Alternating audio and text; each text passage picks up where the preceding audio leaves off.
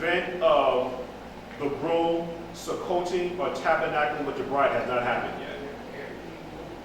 Zakane has something. I don't want him to. My question was answered. Because see, when we played the harlot, we played the harlot and we, said took on many lovers. Right. Now, Mashiyach death was the thing that resurrected us back to the Father. Exactly. So to take us back as His bride. Right. Okay. Absolutely. Okay. And so that's the reason why it just got so interesting here with Jeremiah, again, the 3rd chapter. I'm just going to read it again.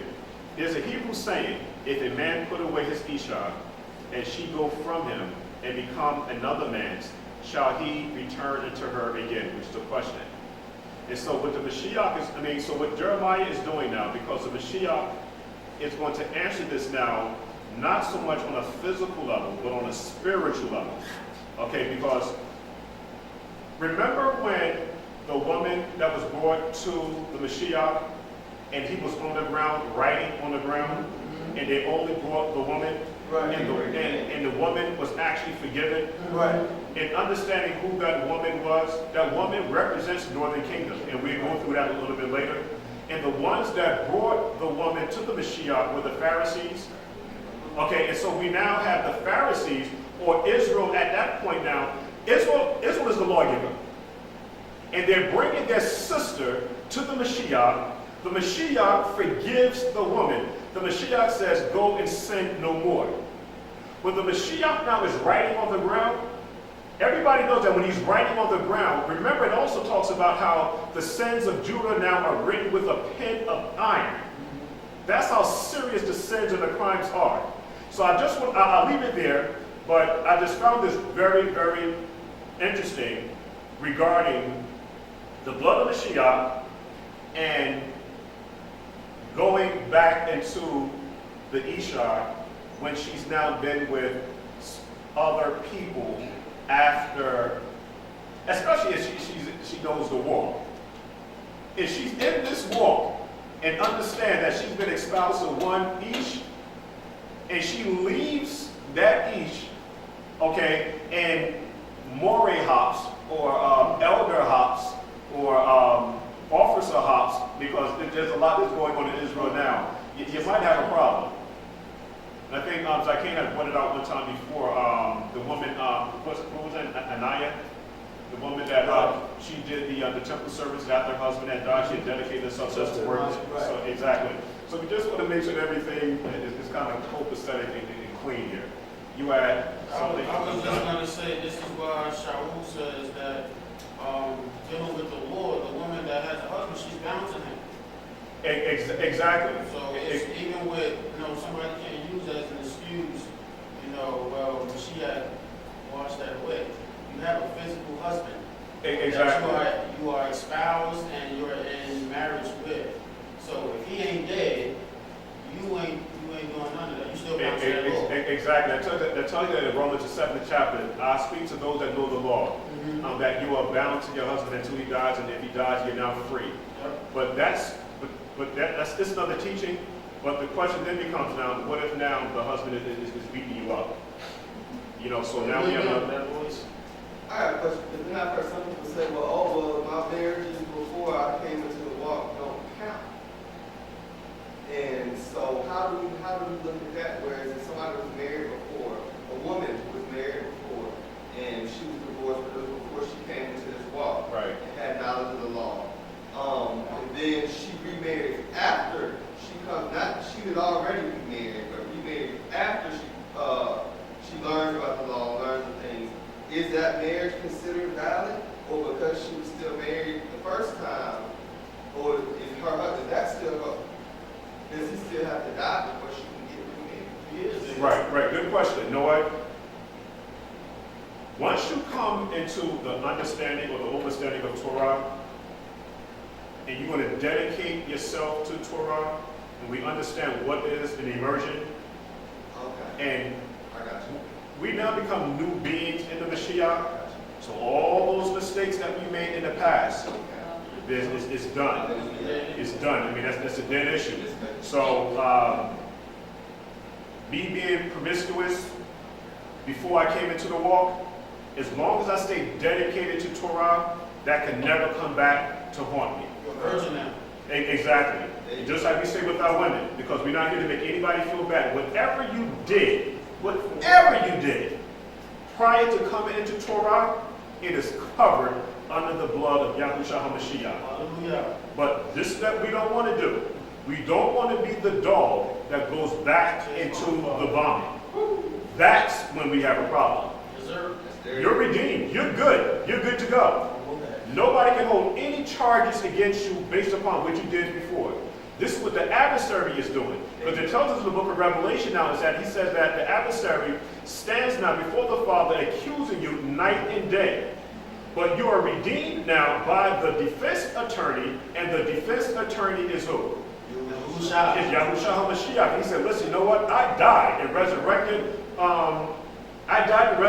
For these people. So these people are redeemed by the blood, by my blood, which is now talking about reunification, northern and southern kingdom. We now are new beings in the Messianic. That was it. You know, so I just wanted to make sure everybody was clear in understanding what this whole thing is about. Anything that you did in the past is the past. It's gone. That's leaven. That's it. You're now new beings. Everybody here in this congregation, you're now virgins. Okay, let me supply. You're good to go. But again, don't take your liberty for granted. He that endureth it to the end shall be saved. Yes.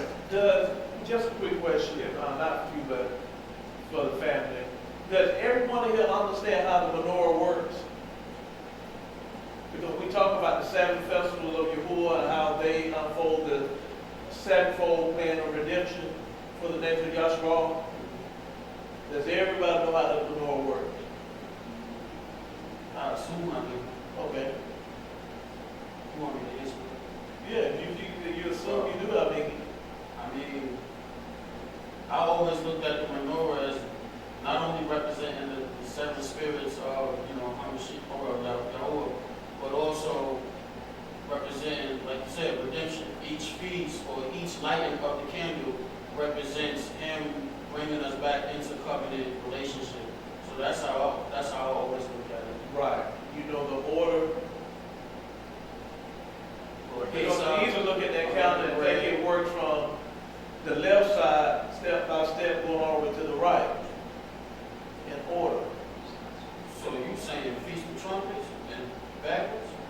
Right. The middle feast, because the overall day, that middle calendar is Mashiyach. We're working our way back into covenant relationship with Him.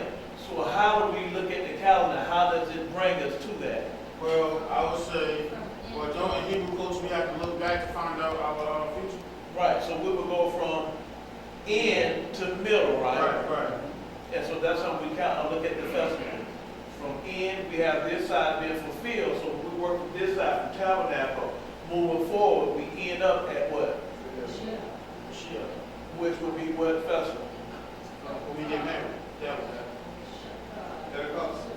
No, the Feast of Weeks and Shabbat, we just did. We just did. Because remember, Morey talked, he was saying, we talked about a marriage, and how Feast of Weeks is what? He just talked last week, y'all. He said this is a picture of the betrothal engagement or a marriage. Exactly. Right. And so that's what we're working our way back to that union with Mashiyach. That's why it works from end to end. So if one side has been fulfilled, so you'll be working from what? The other side, moving towards the center. Right? Here we are. Okay, I didn't mean to take up so much time. You good? All right. Okay, any announcements? I didn't even get to count. I'm going to, I will remind me if I forget. I'll have the counts for Yom Teruah, the Day of Atonement, and the Feast of Sukkot by Friday this time. Definitely, just remind me. Stay up. Listen. Yeah. Definitely. Okay, that's it. Oh, were there announcements? Yeah. Oh, okay. We're going to blow the shofar 7 times. We're going to have that done by Chief Zakane. We have Shabbat to end us with prayer and go with food.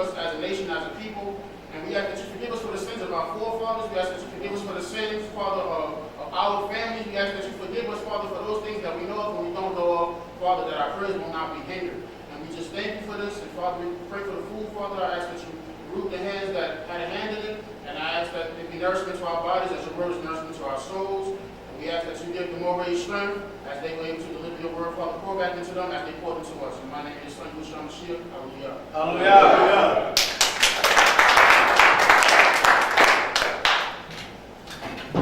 You know what, Lord? I notice you blow better when it's time.